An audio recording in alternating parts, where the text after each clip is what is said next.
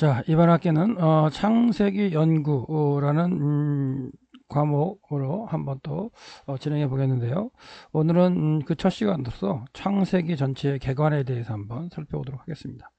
그래서 오늘 그 강의할 때에 첫 번째는 이제 명칭, 창세기 명칭에 대해서 한번 살펴보고요. 그 다음에 창세기의 저자, 그리고 창세기 저술 시기, 그리고 기록 목적, 또 저자가 한 기록을 한 목적 또는 저자가 또한 의도한 구조가 있다면 그것을 밝혀보는 걸로 오늘 이제 첫 시간을 한번 진행해 볼 텐데요. 자, 히브리어 성경에서 제일 먼저 이제 이름으로 그 첫 번째 책이 뭐라고 불렸냐면 베레싯이라고 불렸어요. 그러니까 히브리어 성경은 따로 이렇게 그 이름이 주어진 게 아니고 그 각 책의 맨 처음에 등장하는 단어를 가지고 이제 이름을 붙였죠. 그래서 창세기 1장 1절 우리는 이제 태초에 하나님이 천지를 창조하시니라 라고 이제 그 번역이 되어 있는 그 태초에 해당하는 부분이 베레시트예요. 베레시트 바라 엘로힘. 그래서 끊어준다면 그 시초에 처음에 이게 처음이라는 단어죠. 처음이라는 단어에 이제 전치사가 붙었는데 처음에 뭐 시초에 태초에 이렇게 되는 거 처음에 창조했다. 누가요? 하나님께서 엘로힘. 무엇을 창조했냐면 하샤마임 하늘들을 그리고 엣하 아레치. 그래서 이제 땅을 창조하셨다라고 이제 1절 1절이 되어 있는데 그래서 제일 먼저 등장하는 단어가 베레시트이기 때문에 그냥 히브리어 성경에서 제일 먼저 첫 권은 베레싯이라고 불렀다. 우리는 창세기라고 부르는 그런 책을 베레싯이라고 유대인들은 불렀는데 그렇게 하시고요. 그 다음에 이제 그 1장 1절에 나온 김에 여러분들이 그 원문을 분석하는 걸 좀 이렇게 우선순위로 하는 게 필요한 건 뭐냐면 우리말 성경은 창세기 1장 1절에 태초에 하나님이 천지를 창조하셨다 이렇게 번역이 되어 있죠. 천지를 창조하셨다. 맞아요. 천지를 창조하셨는데 원문을 보면 목적어로 구라고 해야 될까요? 그게 두 가지 형태로 되어 있죠. 그러니까 하샤마임을 그래서 그 하늘들을과 그리고 그 땅을 이렇게 돼가지고 하늘들이 여기 복수가 되어 있어요. 하늘들은 복수 형태로 이제 그 되어 있고 복수 형태로 되어 있죠. 하샤마임에서 샤마임에서 복수 형태로 되어 있고 아레츠 땅은 단수 형태로 되어 있다. 그 차이를 우리말 성경으로는 이제 분석을 하지 못하죠. 그래서 원문을 보면서 이제 분석된 걸 가지고 또한 이렇게 여러분이 연구하시는 것도 필요하다고 생각합니다. 그거는 이제 우리 원문을 하는 분석 시간에 좀 더 관심 있게 보시고요. 그래서 히브리어의 첫 그 책의 첫 단어가 베레시이기 때문에 베레시이라고 부르고 그걸 우리는 이제 창세기라고 부른다라고 보시면 되겠고요. 그리고 이제 그 히브리어 성경을 그 헬라어로 번역했던 주전 2세기경에 이제 그 알렉산드를 번역했던 70인경이죠. 70인경. 70인경은 창세기 2장 4절에 등장하는 이 게네세오스라는 단어, 이 게네세오스라는 단어도 이제 그 시작, 발생, 뭐 기원 이런 어떤 의미를 가지는 단어이기 때문에 이제 처음에 해당하는 내용들이 많이 나와 시초에 해당한 시작에 대한 내용이 많이 나오기 때문에 이 단어를 가지고서 이제 책의 제목을 삼은 거죠. 그래서 창세기 2장 4절은 이것이 천지 창조의 대략이다. 이렇게 이제 우리는 번역이 되어 있는데 그 2장 4절에서 이 게네세우스를 가져다가 헬라어 성경은 제목으로 잡았다라고 보시면 되겠고요. 그리고 이제 포로기 이후에 탈무드 시대에는 유대인들은 세상의 창조에 대한 책이라 이렇게 이제 그 얘기했고요. 영어 성경은 이제 제너시스라고 이제 그 붙어 있는데 이거는 앞에 있는 게네세우스가 이제 왔을 수 있겠죠. 그래서 그 헬라어 성경을 이제 그 라틴어 성경으로 이제 번역한 책이 이제 불가타 성경이라고 하는데요. 제롬이 번역했죠. 거기에 이제 등장했던 그 단어를 영어 음가로 해서 이제 제너시스라고 불렀다라고 보시면 되겠고요. 한글 성경은 이제 창세기라고 부르는데요. 창세기 이것도 한자죠. 그러니까 한자면서 중국에서 이제 번역된 그걸 이제 차용했다고 볼 수가 있겠는데, 그래서 창세기에는 뭐가 나오냐면 기원에 관련된 게 많이 나온다 이거예요. 기원에 관련된 이야기 나오기 때문에 이제 창세기다라고 이제 우리가 생각할 수가 있겠고요. 그래서 이제 1장에는 세상의 기원, 하나님이 천지를 창조하신 그 세상의 기원. 그리고 이제 2장부터 11장까지는 민족들, 세계 민족들의 기원. 그래서 이제 창세기에는 70개의 족속들이 이제 등장하게 되는데요. 이제 민족들의 기원이 나타나고, 그다음에 12장부터 50장까지는 이제 아브라함을 택하셔서, 그쵸? 그의 그 자손들을 갖다가 이제 하나님께 번성하게 하시는, 약속하셨던 대로 번성하게 하시는 그런 과정 가운데 이제 이스라엘의 어떤 의 기원이 이제 등장하는 거죠. 그래서 야곱을 하나님께서 이제 이스라엘이라고 이름을 바꿔주신 다음에 그의 자손들을 이제 번성시키기 위해서 애굽에 이주하게 하시는 그 광경까지 이제 창세기 등장하기 때문에 이스라엘이 기원이 되는, 이스라엘 민족의 기원이 되는 그런 어떤 내용을 담고 있다라고 해서 우리는 어떻게 보면 창세기라고 부른다라고 보시면 되겠어요. 그럼 창세기 저자는 누구냐 했을 때, 창세기 자체 1장부터 50장까지의 자체에는 저자가 누구라는 게 언급이 안 되어 있습니다. 언급이 안 되는데 그 익명이죠. 근데 이제 우리는 이제 그 모세로 이제 알고 모세로 이제 인식하고, 모세가 저자라는 것 전제하에 이제 성경을 연구하게 되는 거죠. 그러니까 모세의 저작이 아니고 창세기를 모세오경 자체가 그 바벨론 포로로 이제 잡혀갔던 그 시대 이후에 신명기 사학파들이라고 하는데요, 그들에 의해서 편집되었다라고 주장하시는 분들도 있어요. 그분들은 이제 자유주의 학자들 쪽인데, 그분들 그렇게 그 주장에 의하면 이 창세기나 모세오경이 모세의 저작일 수가 없죠. 편집입니다. 편집. 주전 5세기. 근데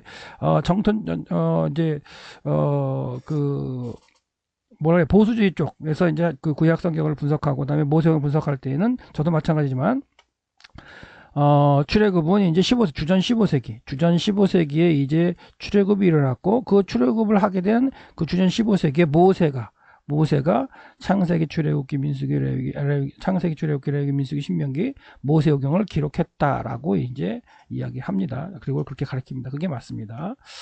자, 그래서 이제 구약 성경, 근데 이제 창세기는 누가 그 저자인지 알지를 못하지만 구약 성경에는 모세의 저작으로 여러 군데서 이야기를 하고 있다. 그리고 모세 시대에도 충분히 이제 글을 기록하는 그런 내용들이 등장하는데, 한 구절만 읽어보면, 여호와께서 모세에게 이르시되, 출애굽기 17장은 이제 르비딤 사건이죠. 아말렉을 진멸하는 사건이고, 여호수아가 처음 등장하는 사건이고, 여호와는 하나님께서 전쟁에서 이기게 하시는 그 내용을 이제 기술되어 있는 장이 17장인데, 이때에 하나님께서 뭐라 하시냐면, 그 전쟁의 내용들 그것을 책에 기록하라, 이렇게 말씀하셨어요. 그리고 기념하라.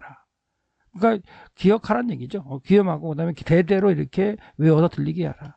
그리고 여호수아의 귀에 외워서 들리게 하라.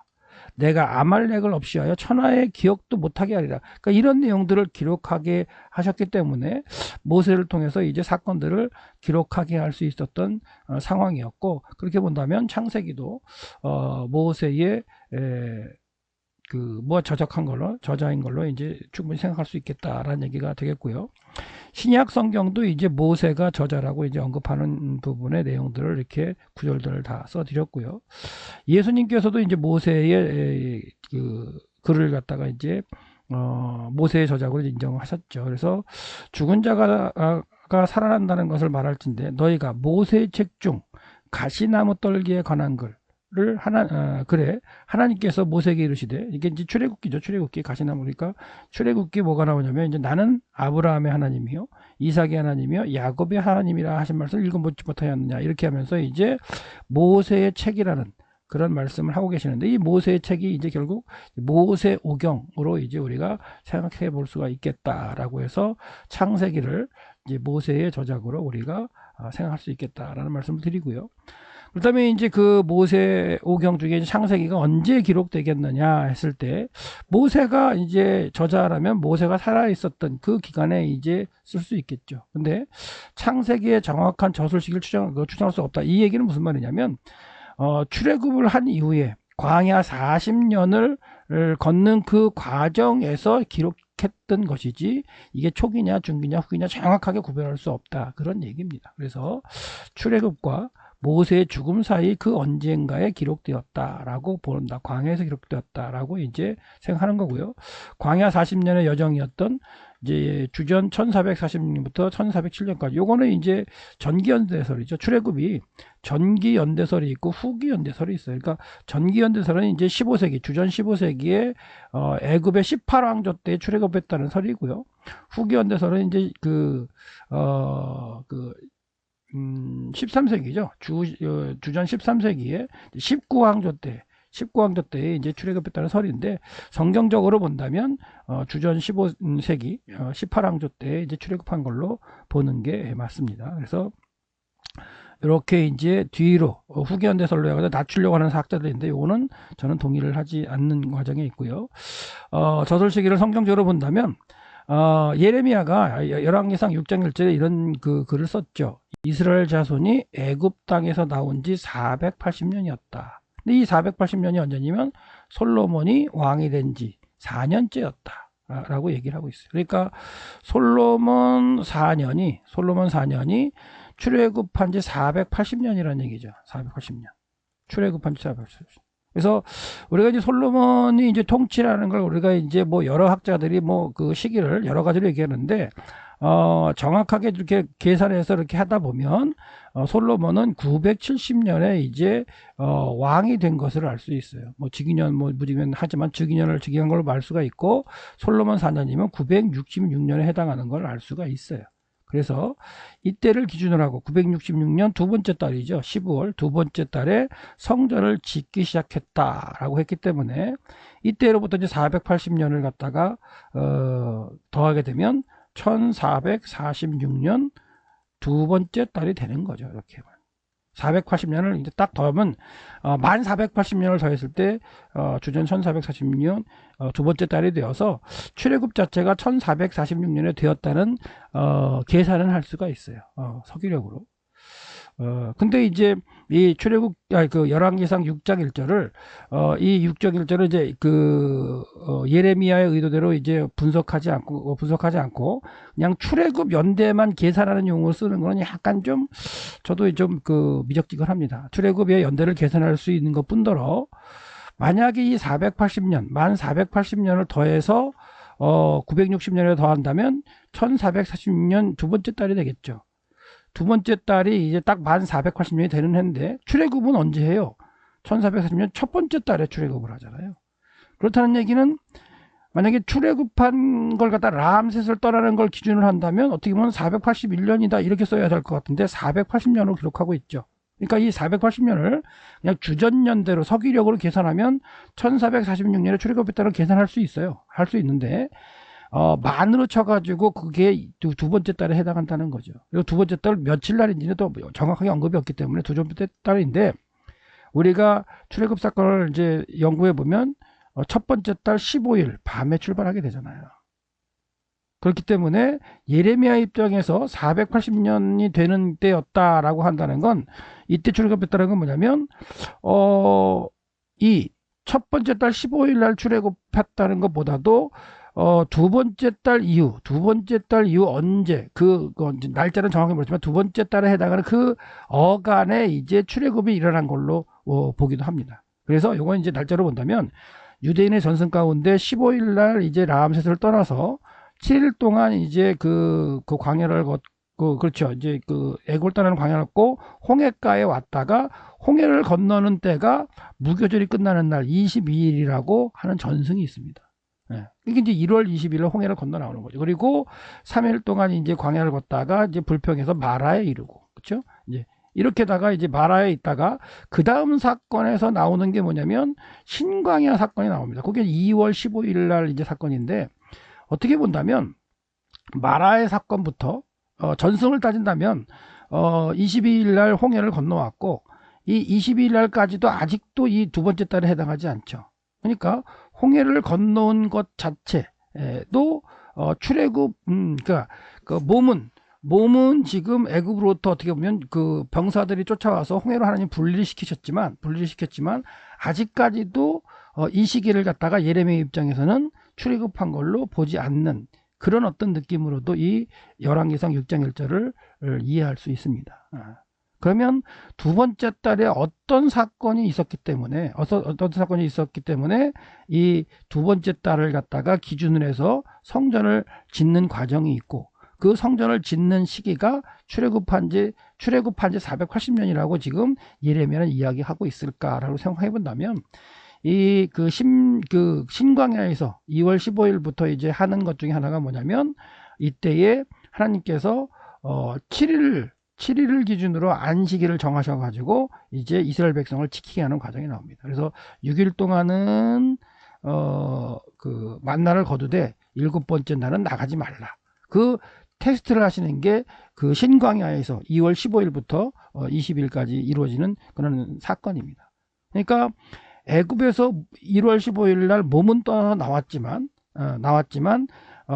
아직까지는 그 출애굽한 거라고 보지 않는 관점에 아마도 예레미야의 관점으로 볼 수가 있다고 저는 생각을 해요. 그래서 하나님의 백성으로 이미 날짜는 바꿔주셨어요. 날짜를 바꿔주셨고, 애굽에서 그 날짜대로 이제 변경된 삶을 살게 하셨지만, 그 변경된 날짜를 기준으로 이제 일주일 단위에 애굽에서의 10일이 한 주가 되는 그 기준이 아니라 7일이 한 주가 되는 하나님의 계산법의 어떤 삶의 패턴으로 바뀌기 시작하는 그 지음이 그 완전히 출애굽한 걸로 보는 느낌으로 이제 그 왕상 6장 1절을 한번 연구해봐도 좋을 것 같아요. 그래서 몸이 떠난 게 기준이 아니라 생각과 하나님의 제도, 하나님의 법대로 살기 시작하는 그 과정에서 이제 둘째 달에 그런 제도가 방법이 주어지고요.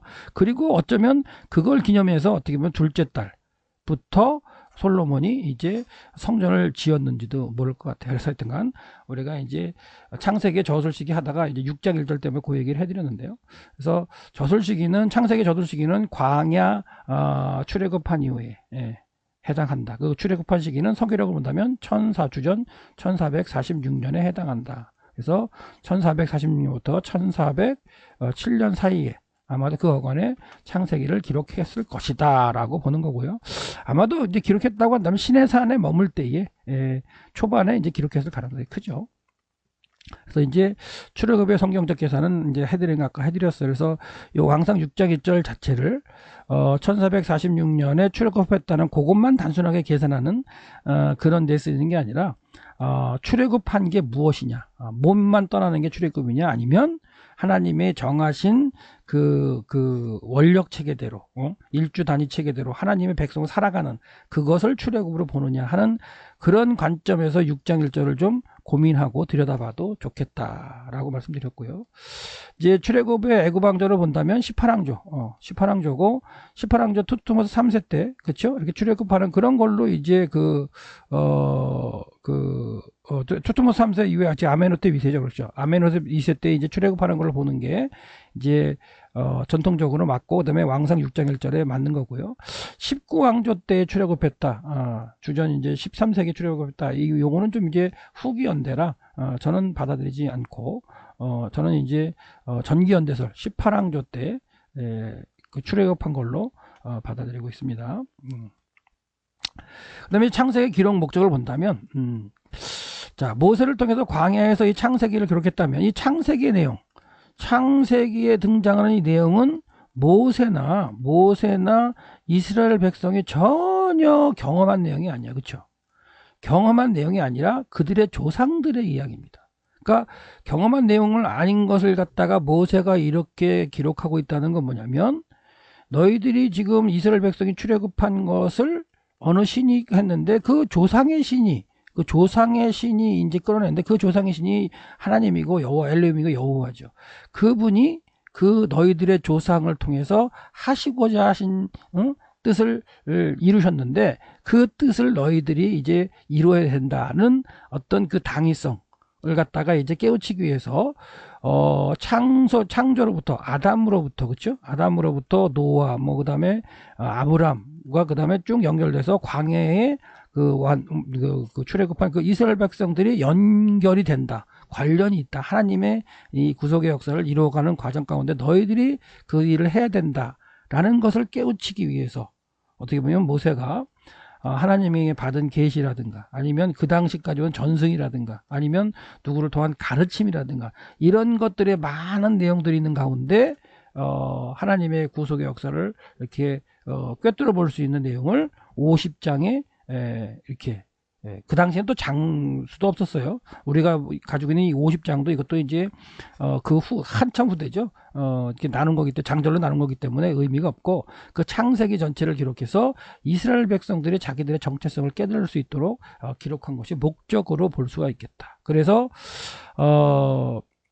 아담이 범죄한 후에 하나님께서 구원하신 방편으로 말씀하셨던 창세기 3장 15절에 여자의 후손을 약속하시고 그 여자의 후손을 통해서 구원하겠다는 그 구원 계획을 말씀하셨는데 그 구원 계획에 관련돼서 아담으로부터 노아까지 10대 그 다음에 아브라함까지 10대 그리고 혈통적으로 이삭 야곱에 걸쳐서 그의 자손들로 번성해서 나온 그 사람들이 너희들이다. 이스라엘 백성 너희들이다. 그러니까 아담으로부터 창조하신 아담으로부터 혈통이 이어져 여자의 후손의 혈통을 이어져 왔다라는 것을 보여주고 깨닫게 하기 위해서 창세기를 기록하고 있다. 이렇게 보시면 되겠죠. 그러는 가운데 이제 이스라엘 백성뿐만이 아니라 하나님께서 창조하신 그 지구상에 있는 그 여러 족속들의 이 퍼짐과 그 다음에 노아를 통한 홍수 심판과 다시 또 세계의 그 종족으로 이렇게 번성됐던 세상의 기원과 민족들의 기원들 이런 것들을 보여주면서 이스라엘 백성과의 연관성을 좀 설명하고 있는 그런 가운데 하나님의 구속사가 지금 너희들의 조상 아브라함에게 임해서 이삭과 야곱을 거쳐서 애굽에 430년 동안 있었고 그 이후에 출애굽하는 가운데 모세 자신을 보내서 출애굽한 가운데 너희를 통해서 하나님께서 약속의 땅에서 이루실 일들이 남아있다. 이걸 이제 깨우치게 하기 위해서 창세기를 기록한 것으로 충분히 생각할 수 있겠죠. 그렇게 본다면 아브라함을 택하신 다음에 그의 후손들의 민족을 하나님께서 약속하신 대로 애굽에서 민족으로 만드신 다음에 다시 약속의 땅으로 돌아오게 하셔서 약속의 땅 자체를 하나님의 백성들의 나라로 이렇게 만들어 가시는 언약을 이루어 가시는 그런 계획이 있다는 걸 출애굽한 백성들에게 가르치기 위해서 창세기를 저술했다라고 보시면 되겠어요. 그래서 이제 창세기에 나타나는 그 맥이 결과적으로 구약 전체로 흐르는 맥이 되겠죠. 왜? 여자의 후손은 결국 누구예요? 예수 그리스도거든요. 예수 그리스도께서 이제 여자의 후손으로 이제 오셨기 때문에 그 여자의 후손으로 오시는 과정을 갖다가 이제 구약기가 전체로 기록하고 있다면 그 구약의 맨 처음에 아담으로부터 이제 이스라엘 백성까지 이어지는 여자의 후손들의 그 오시게 되는 그 맥락을 갖다가 기록한 것이 이제 창세기의 목적이겠다라고 볼 수가 있고요. 그러니까 그 얘기는 뭐예요? 첫사람 아담이 범죄한 다음에 하나님께서는 그러니까 여자의 후손을 통해서 이제 그 죄를 사하시고 이루시기 위해서 하나님께서 이제 약속하셨죠. 그리고 그 하나님의 아들 메시아가 이제 어떤 혈통을 통해서 오게 되느냐. 그래서 두 부류로 나타나죠. 예를 들어서 가인과 아벨 가운데 아벨 계통으로 이어졌다. 그래서 아벨 가운데 셋을 통해서 쭉 내려와서 노아까지 이어지고, 그렇죠? 노아의 세 아들 중에서 또 셈으로 이어지고, 셈으로 이어져도 쭉 내려와서 이제 데라의 아들 중에 또한 아브라함으로 이루어지고, 아브라함의 아들 이삭과 야곱 중에 이삭과 이스마엘 중에 이스마엘에게 가고 이삭의 아들 중에 에서와 야곱 중에 야곱으로 이어지는 그 야곱의 12아들을 가나안 땅에서 애굽으로 인도하시면서 거기서 번성케 하는 그런 내용들을 갖다가 이제 창세기가 담고 있으면서 하나님의 아들 하나님의 이제 그 아들 여자의 후손으로 오실 그분의 혈통적인 흐름을 지금 창세기를 기록해서 그 조상들 출애굽한 이스라엘 백성들의 조상들을 통해서 역사하셨던 하나님의 맥을 이해하고 그 맥을 이어서 하나님의 언약을 이룰 수 있도록 이스라엘 백성들 출애굽한 이스라엘 백성을 독려하는 그런 게 기록 목적이라고 볼 수가 있겠죠. 그래서 출애굽한 너희들은 아브라함을 선택하셨고 그리고 이삭을 씨를 주셔서 약속의 아들 이삭을 주셨고 그리고 이삭의 그 두 아들 중에 야곱을 통해서 형성된 민족이고 너희들을 통해 하나님께서 이제 언약을 이루어 가시는 그런 과정이 있다. 너희들이 출애굽한 이후에 약속한 건대로 출애굽한 이후에 하나님의 백성이 되고 약속의 땅에 들어가서 가나안 7족속을 이제 물리치고 그 땅에서 하나님의 백성으로 살아가야 되는 제사장 나라로 살아가야 되는 그런 일들이 있다. 이걸 이제 깨우치는 것이 창세기라고 보시면 되겠습니다. 이제 오늘의 마지막 파트는 이제 구조인데요. 이게 무슨 말이냐면 어떤 글을 읽을 때 그 저자가 의도한 구조가 있다면 그 저자가 의도한 구조를 파악하고 읽는 게 중요하겠죠. 그리고 그래야 저자 의도를 정확하게 파악할 수 있는데 독자가 이제 독자나 해석자 그 글을 읽는 사람들이 저자가 의도한 구조가 있다면 그 구조들을 보는 게 좋다는 거죠. 그렇게 염두해 그렇게 연구하는 게 바람직하다는 얘기인데 구조 분석의 목표는 성경을 인위적으로 나누는 것이 아니라 성경 저자가 원래 의도했던 것이 있다면 그 단위를 찾아내서 그 구조대로 보는 게 필요하다. 만약에 없다면 이제 찾아볼 필요가 없죠. 그래서 구조가 있다면 이제 찾아보겠는데 학자들은 여러 가지 창세기에 이제 구조가 있다고 얘기를 합니다. 그러면서 이제 따지는데 재밌는 건 뭐냐, 구조는 막 억지로 나누는 게 아니에요. 억지로 나누는 게 아니라 뭔가 그 패턴이 있습니다. 그래서 창세기는 창세기 2장 4절부터 4절에 보면 이제 히브리어로 베레 톨도트 뭐 해가지고 이제 하샤마임 외하 에라치에서 하늘과 땅들의 뭐 대략이다 이렇게 번역을 했는데 이 톨도트로 대략이라고 번역했는데 하늘과 땅들의 계보와 이렇게 시작하는 게 이제 창세기 2장 4절이에요. 근데 그 구조 하늘과 땅 천지의 대략이다라고 번역한 천지의 톨도트라는 이 구조가 그 이후로도 계속해서 9번이 나온다는 거예요. 그러니까 창세기 전체적으로는 누구누구의 톨도트다라는 구조, 베엘레 톨도트, 이런 구조가 10개가 등장한다는 거예요. 그렇기 때문에 그 단위로 분석을 할 수가 있겠다는 거죠. 그러니까 10개의 톨도트 구조가 나와요. 그래서 이 톨도트를 우리 이제 개역개정이나 개역은 뭐 계보로 번역하기도 하고 족보로 번역하기도 하고 어떤 때는 대략이라고 번역하기도 해요. 그러니까 이렇게 되어 있기 때문에 이 문장이 같은 문장이라고 잘 안 보이지만 히브리어 원문으로 보면 베엘레 톨도트 뭐 하샤마임 베하라치 이렇게 써 있던가 아니면 베엘레 톨도트 하아담 이렇게 돼 있든지 베엘레 톨도트 노아 이렇게 돼 있든지요. 그 아담의 톨도트, 노아의 톨도트, 그 다음에 셈의 톨도트, 뭐 데라의 톨도트 해서 10개의 톨도트가 등장한다. 그게 이제 문구가 있기 때문에 그 단락단락에 시작하는 지점에 이렇게 이런 구문을 써줬다. 저자인 모세가. 이렇게 본다면 10개의 구조가 되고 그 10개의 톨도트가 있는 그 앞절에 창세기 1장 1절부터 2장 3절까지는 여기 없어요. 없기 때문에 요거는 그냥 서언이다, 서문이다 이렇게 또 분석하는 학자들도 있습니다. 또한 그게 아니고 이 베엘레 톨도트가 처음으로 시작하는 데 붙는 게 아니라 맨 끝에 붙는다 이렇게 분석하시는 분도 있긴 해요. 근데 일단은 이 베엘레 톨도트가 10개가 등장한다는 건 똑같죠. 이게 그 뒤 끝나는 부분에 붙든 시작하는 데 붙든. 근데 이제 일반적으로 이제 그 창세기 1장 1절부터 2장 3절까지를 서원이라고 보고 그 이후에 베엘레 톨도트로 시작하는 10개의 단락들이 이제 창세기에 등장한다라고 보시면 되는 것 같아요. 그래서 창세기 1장 1절 앞에 이제 베엘레 톨도트가 없는 것은 뭐냐면 10개의 구조를 갖다가 쓰기 위해서 한 거고 그 앞에 이제 1장 1절부터 2장 3절까지는 그냥 서언으로 전체적인 하나님께서 창조하셨던 그 창조의 대략을 이제 설명하는 거고 그 창조하신 가운데 이제 사람과 관련된 인간과 관련된 부분에서 이제 설명하시는 부분으로 10개의 구조를 가지고 이제 모세가 설명하고 있다. 이렇게 보시면 될 것 같아요.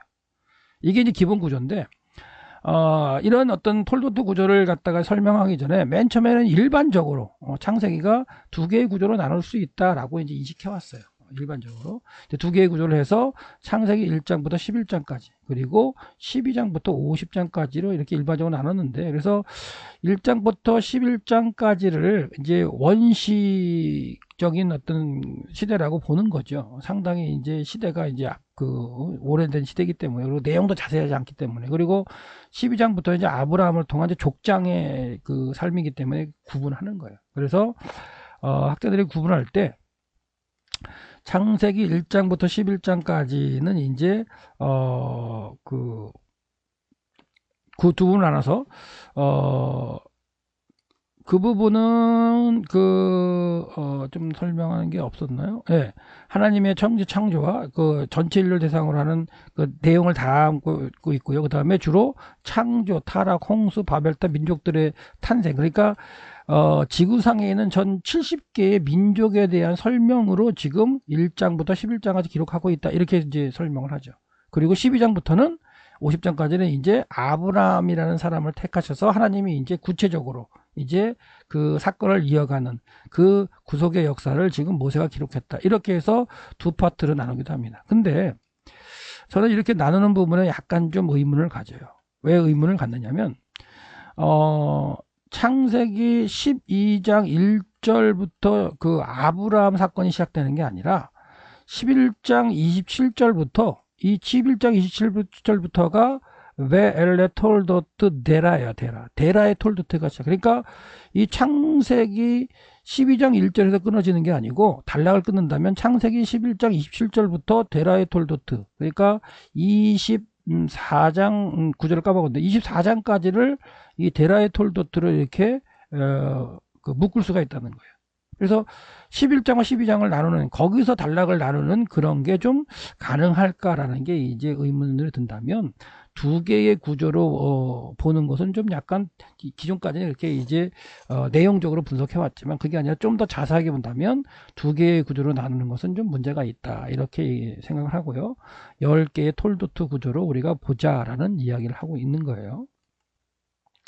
그래서 두 개의 구조를 볼 때 이제 뭐 앞에 1장부터 11장까지는 뭐 세 개의 동시문 구조, 평행 구조가 있고, 그 다음에 이제 그 12장부터 50장까지는 이제 또 동시문, 세 개의 동시문 구조로 있다, 이렇게 또 이제 설명을 하기도 합니다.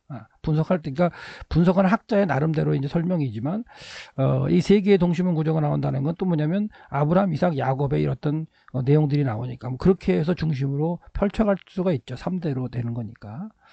근데 이제 이렇게 보기보다는 10개의 톨도트 구조로 보는 게 좋겠다라는 말씀을 드립니다. 그 얘기가 이제 두 개의 구조로 보는 건 일반적으로 여태까지 보아왔던 구조이기 때문에 그건 한번 이제 나중에 한번 읽어보시고, 그 다음에 또 이제 두 개의 구조 말고 7개의 구조가 등장한다고 또 분석하는 학자들도 있어요. 근데 7개의 구조도 많이 등장합니다. 그래서 창세기 1장부터 11장까지 7개의 구조가 반복이 많이 돼요. 7이라는 숫자의 구조가 많이 등장하죠. 그래서 분석하는 것들을 보면은 창세기 1장 1절이 뭐 7개로 단어로 되어 있다, 이런 분석이라든가, 하나님께서 7일 동안 세상을 창조하셨다는 거, 그 다음에 가인의 후손인 아담의 7세손 라멕이 살인하는 것으로 마감하는 것과 대조적으로 아담의 7세손 셋계통으로 태어난 그 에녹은 죽지 않고 이렇게 구원받는 장면이 대조로 보인다. 그래서 이게 아담의 7세손이 이렇게 대조로 보인다. 이런 것 가운데 7의 의미를 가져서 7의 구조가 이제 등장한다, 이렇게 주장하기도 하죠. 그리고 노아의 톨도트에 이제 7일이 반복된다, 이런 식으로 하는데, 이게 어떤 그 앞부분 창세기 1장부터 11장까지의 7개의 구조로 보는 그런 건 가능하는데, 전체적으로 또 50장까지 7개의 구조로 보기에는 또 문제가 있어요. 그래서 구조를 갖다 우리가 이제 분석해서 볼 때 10개의 톨도트 구조로 보는 게 좋지 않겠느냐라는 이야기를 하는 거죠. 그래서 10개의 구조도 이제 많은 사람들이 이제 요즘 그 주장을 하는데, 창세기에 전체적으로 10개의 구조로 보고요. 그리고 각 곳에도 10개의 구조가 많이 나와요. 그래서 몇 개만 보여드리면, 첫 번째, 창세기 1장에 하나님께서 말씀하시니라고 번역되는 바요메르 엘로힘이라는 구문이에요.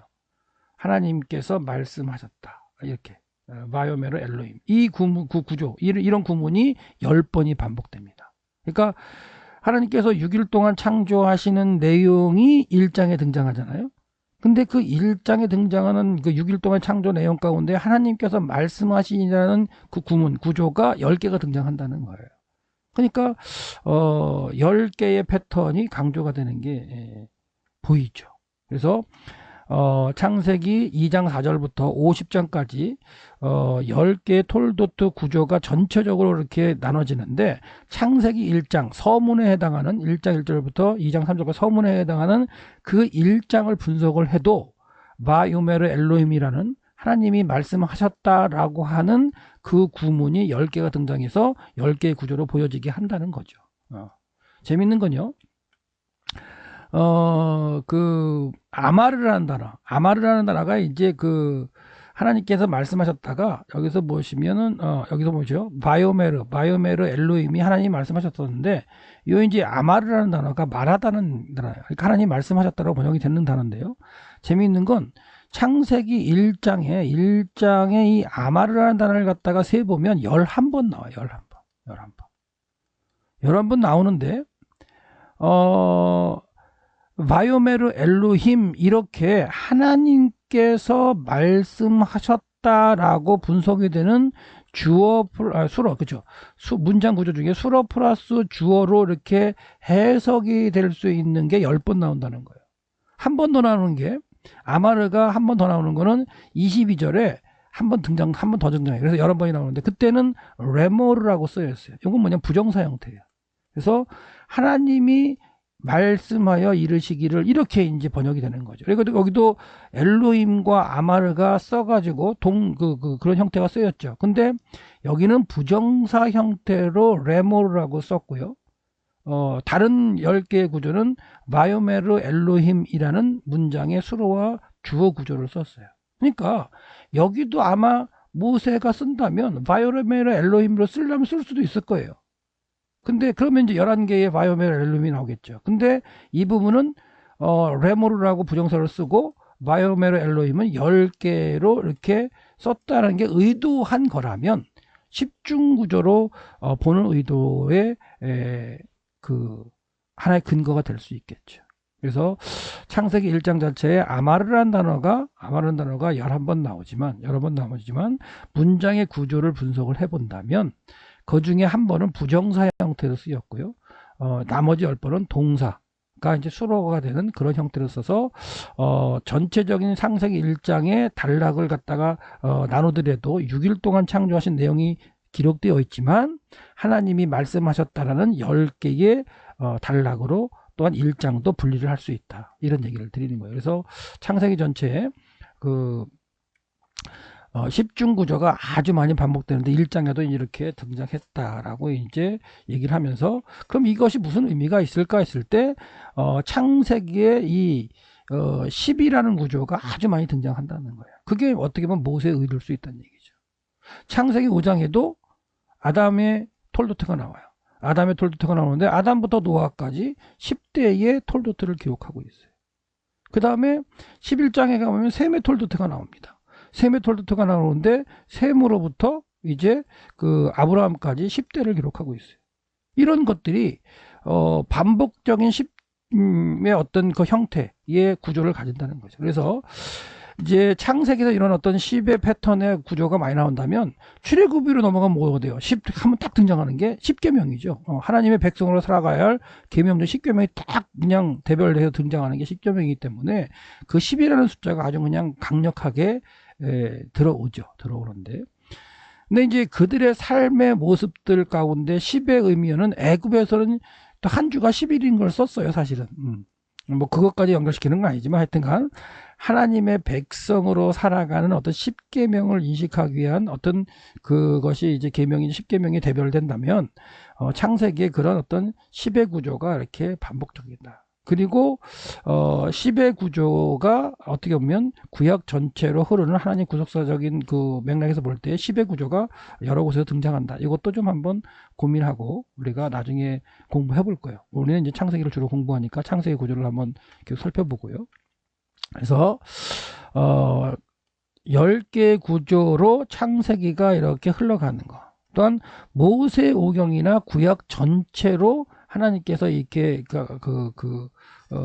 계획하시고 흘러가시는 그런 과정이 10개의 어떤 구조를 가지고 가는 게 보이지 않을까라는 생각을 합니다. 나중에 우리가 이제 지금 뭐 다니엘이나 다른 강의할 때도 그런 얘기를 해드렸는데, 나중에 한번 또 이렇게 전체적으로 하나님께서 이렇게 역사하셨던 이 10의 구조로 이렇게 흘러오는 그런 과정들도 한번 다시 한번 또 설명드릴 때가 있을 거예요. 그래서 창세기에 이 10번, 이 10이 반복되는 구조가 있다.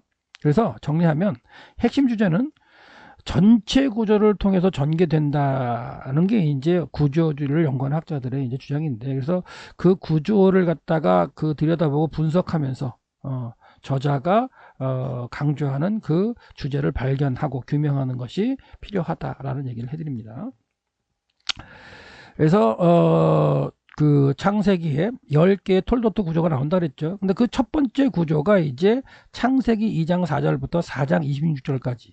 이게 우리는 번역이 어떻게 했나요? 첫 번째 톨도트를 천지의 대략이 이러하니라, 이렇게 이제 번역이 돼 있을 거예요.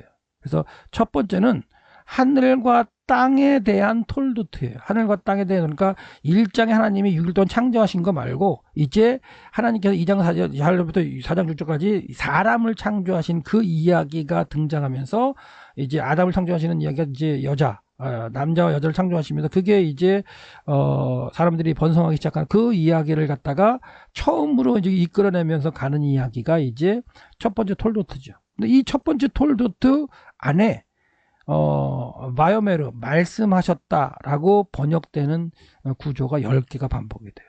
네. 그래서 써드렸는데 바요메르 아도나이 엘로힘, 그래서 여호와 하나님이 말씀하셨다라는 게 이제 네 번 등장하고요. 또 한전 그 엘로힘 아도나이 엘로힘 점점점 하고 이제 바요메르, 이렇게 여호와 하나님께서 말씀하신 이런 구조가 한 번 나타나고, 또한 바요메르 아도나이라고 하시는 게 이제 3번 나타나고, 또한 그냥 그 없이 주어가 이제 3인칭 남성 단수로 해서 그가 말씀하시니 그가 이제 여호와 하나님이죠. 그래서 2번 등장해서 모두 10번의 하나님이 말씀하셨다는 그런 내용. 그러니까 이거 1장 얘기가 아니죠. 첫 번째 톨도트에 해당하는 2장 4절부터 24절에도 4장 26절 사이에도 하나님께서 말씀하신 게 10번이 등장한다는 거. 그러니까 어떻게 보면 의도적으로 이렇게 쓰고 있는 거라고 볼 수가 있겠죠. 그래서 아까 이제 창세기 1장 22절에서도 아마르라는 그 동사를 갖다가 부정사 형태로 써가지고 구분을 해가지고 10개 바요메르 엘로힘을 썼다, 이렇게 말씀을 드렸는데, 이쪽 이제 첫 번째 톨도트에서도 바요메르를 갖다가 10번을 쓰기 위해서 어떻게 보면 다른 형태를 갖다가 또 쓰는 경우도 있습니다. 그러니까 그 아마르 동사하고 구별해서 구별하는, 그래서 그 다른 형태로 하는 거는 이제 빼고 이제 이런 동사 형태로서 10번을 갖다 쓰고 있다는 걸 제가 말씀드렸고, 이 경우는 이제 창세기 1장 22절과 똑같은 패턴이다라고 말씀드린 거예요. 자, 그 다음에 자, 그 중에 보시면 이런 게 있죠. 창세기 3장 16절과 17절, 이게 첫 번째 톨도트의 이제 구절이죠. 이것도 하나님께서 여자와 아담에게 말씀하시는 내용이라는 거예요. 그래서 그래서 그렇다면 바요메르 아도나이 엘로힘이다, 이렇게 쓸 수 있었겠죠. 근데 여기서는 어떻게 얘기를 하고 있냐면 엘 하이샤 아마르, 이렇게 쓰고 있다는 거예요. 그러니까 그가 그 여자에게 말했다, 이런 형태로. 그러니까 바요메르라는 형태를 쓰지 않고서 그냥 떨어뜨려서 이제 다른 구문으로 쓰고 있다는 거죠. 이런 식으로. 그리고 이제 또한 여기 마찬가지로 레 아담 아마르에서 이게 이제 어순이 바뀐 건 하지만, 그러니까 아담에게 말했다, 이런 형태로. 그러니까 바요메르 구문을 쓰지 않는 그런 형태를 지금 설명해서 바요메르 구문이 10개가 등장한다, 이렇게 구별이 된다, 이렇게 말씀을 드리는 겁니다. 예. 10중 구조가 있다는 얘기. 그 다음에 이제 그 아담과 셈의 톨도트. 그래서 이제 이게 아담의 톨도트가 이제 두 번째 톨도트고요. 그 다음에 셈 톨도트가 네 번째 톨도트가 그럴 텐데, 이 두 번째하고 네 번째 톨도트가, 그렇죠? 이 톨도트가 10중 구조로 되어 있다는 거. 세메 톨도트가 5번째 톨도트네요. 톨도트인데 이게 이제 둘 다 10중 구조. 그래서 아담의 톨도트 5장 1절부터 6장 8절까지는 이제 그 아담부터 노아까지 10대를 기록하면서 그 톨도트를 기록하고 있고, 세메 톨도트는 셈부터 아브라함까지 10대의 톨도트를 가지고 기록하고 있어서 10번째를 강조하는 그런 형태로 이제 패턴을 가지고 있고요. 그 다음에 10명의 어떤 그 족장들을 갖다가 그 족장들이 이제 태어나는 그런 과정을 설명하면서, 얄라드라는 동사가 이제 낳는다는 동사거든요. 그래서 얄라드 그럼 그가 낳았다 이런 동사인데, 이 동사에 그 히피령 욜레드를 쓰기도 하고, 그래서 그 히피령 욜레드와 그다음에 동사형을 갖다가 그리고 또 부정사형 홀리드를 갖다가 각각 10번씩 쓰면서 이렇게 지금 그 톨도트 구조를 갖다가 설명하고 있습니다. 그래서 히피령 10번, 그 다음에 뭐 부정사형 10번, 그 다음에 동사형 10번, 이런 식으로 이렇게 써서 그 10중 구조를 좀 이렇게 10이라는 걸 강조하고 있다고 볼 수 있을 것 같아요.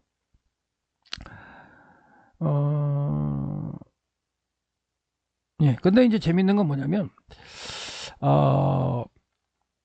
우리 아브라함이 상당히 중요한 사람이잖아요. 아브라함 이름이 이제 바뀌기 전에 아브라함인데, 아브라함이고 이제 아브라함이 상당히 이제 중요한 사람인데, 그렇다면 이 중요한 사람이 톨도트가 있어야 되지 않을까도 생각할 수 있죠. 그러니까 노아의 아담의 톨도트도 있다 그랬고, 그다음에 노아의 톨도트도 있다 그랬고 그랬는데, 아브라함의 톨도트는 없어요.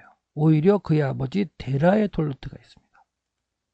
그래서 참 제가 이 톨도트를 연구하면서 이 데라가 이 톨도트의 인물로서 창세기 10개의 단락 중에 한 단락을 차지하며 시작하는 게 데라인데, 그 데라는 오히려 약속의 땅으로 가나안으로 이주하다가, 그렇죠? 갈대로 떠나서 이주하다가 하나님에 머물면서, 데라의 의미가 지체하다는 의미가 있는데, 거기에 머물면서 지체하면서 하나님이 말씀하셔서 약속의 땅에 가지 않고 지체하다가 죽는 그런 어떤 데라가 되고요.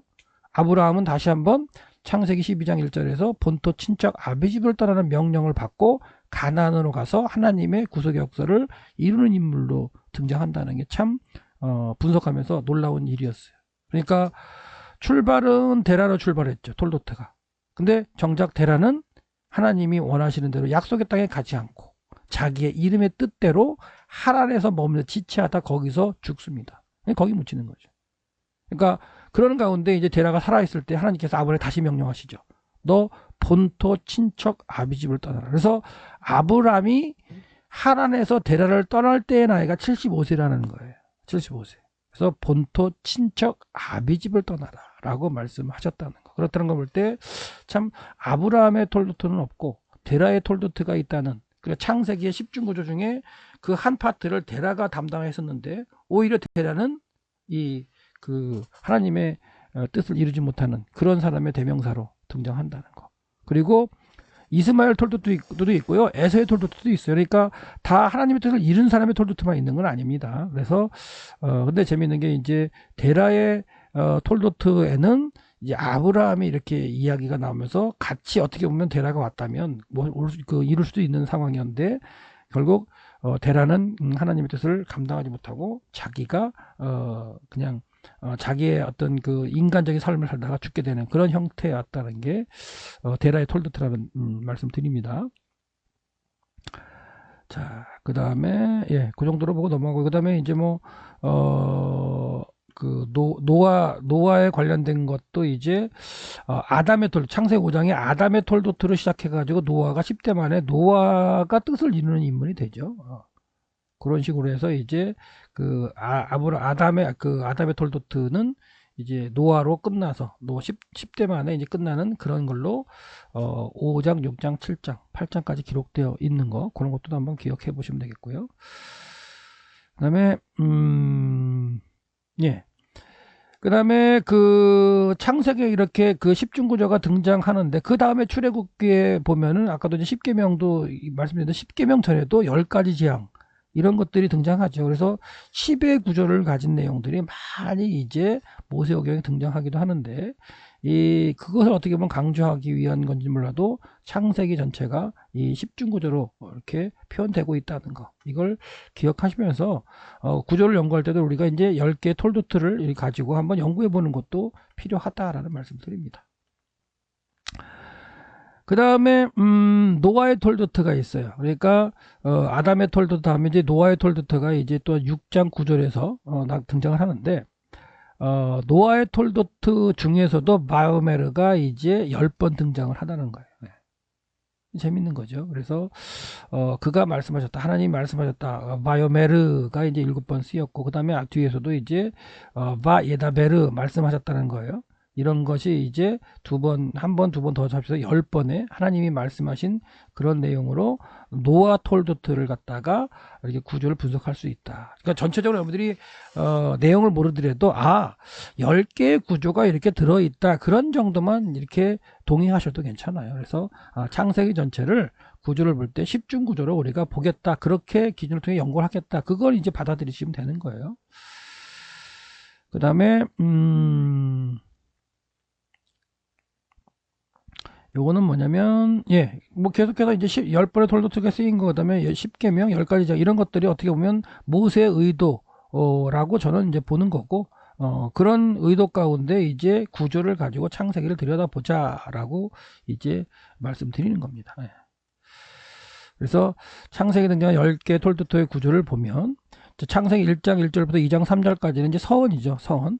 하나님이 말씀으로 이제 6일 동안 창조하셨던 천지창조의 이야기가 등장하고, 창세기 2장 4절에 천지창조의 대략은 이러하니라 그러고 번역된 그 대략이 톨도트예요. 톨도트.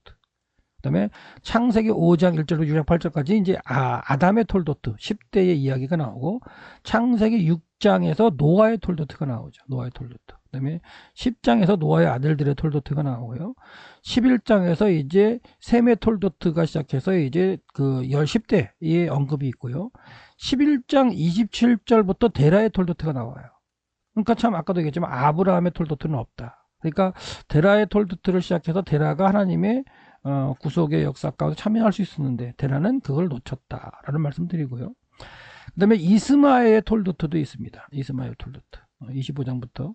그 다음에 이삭의 톨도트가 있고, 그 다음에 에서의 톨도트가 있고, 야곱의 톨도트. 재미있는 거는 어떻게 보면 이삭과 이스마엘 가운데 하나님의 뜻을 이어가는 이삭이 후에 기록되고, 에서와 야곱의 톨도트 중에서도 하나님의 언약을 이어가는 야곱이 후에 기록되는 그런 어떤 계통의 어떤 순서가 보이기도 한다라는 걸 말씀드리겠습니다. 그 다음에 마지막으로 이제 구조를 설명할 때 11중 구조라고 설명하는 사람들도 있어요. 그건 뭐냐면 이거죠. 톨도트가 10개가 나오고 하나 단락이 따로 있기 때문에 이게 11중 구조로 봐야 된다, 이렇게 주장하는 거예요. 그러니까 10중 구조나 11중 구조나 같은 패턴이긴 한데 그냥 그걸 11중 구조다 이렇게 얘기하는데, 굳이 이렇게 얘기하면서 동떨어진 어떤 얘기를 할 필요는 없는 것 같아요. 그러니까 10중 구조, 그러니까 서원과 10개 톨도트 구조를 보면서 창세기 전체의 구조가 10이라는 걸 강조하면서 이제 10중 구조가 흘러가겠다라고 보는 게 좋지, 그걸 따로 이렇게, 그렇죠? 1부터 11까지 해서 우주의 시작, 그 다음에 인류의 시작, 그래서 똑같습니다. 그러니까 뒤에 2번부터 11번까지는 톨도트 구조하고 똑같은 거예요. 잠깐만요. 그게 약간 다르네요. 이게 주장하는 사람들의 내용이 좀 다른 거네요. 자, 보시면 11종 구조를 주장하는 사람들은 10개 쓰임과 이렇게 해서 보는 사람이 있고, 그 다음에 그 다음 11종 구조를 주장하는 사람의 내용은 뭐냐면 다른 사람 주장이네요. 와이즈맨이 이제 그의 책에서 이렇게 썼다는 얘기인데, 이것도 이제 11종 구조를 이렇게 주장하는 게 있지만 이것도 창세기 전체를 또 얘기한 게 아니죠. 왜냐면 31장 2절에 끝나잖아요. 그러니까 그 후에 대한 내용을 갖다가 언급하지 않기 때문에 이런 구조를 갖다 얘기하는 학자가 있지만 받아들일 수는 없다라는 말씀을 드리고, 그리고 11종 구조를 얘기할 때에 앞에 이런 그 톨도트 구조, 그쵸? 이거와 더불어 요걸 하나를 더 넣어가지고 11종 구조로 말하는 사람도 있다. 근데 이제 우리 수업 시간에는 뭐냐면 톨도트를 중심한 10개의 구조를 가지고 하고 앞에 창세기 1장부터 1장 1절부터 2장 3절까지는 서원에 해당하는 그런 과정으로 이해를 하고 이제 앞으로 창세기를 연구해 가겠다라고 해서 오늘은 창세기 개관을 살펴봤습니다. 예, 다음 시간에 뵙겠습니다. 감사합니다.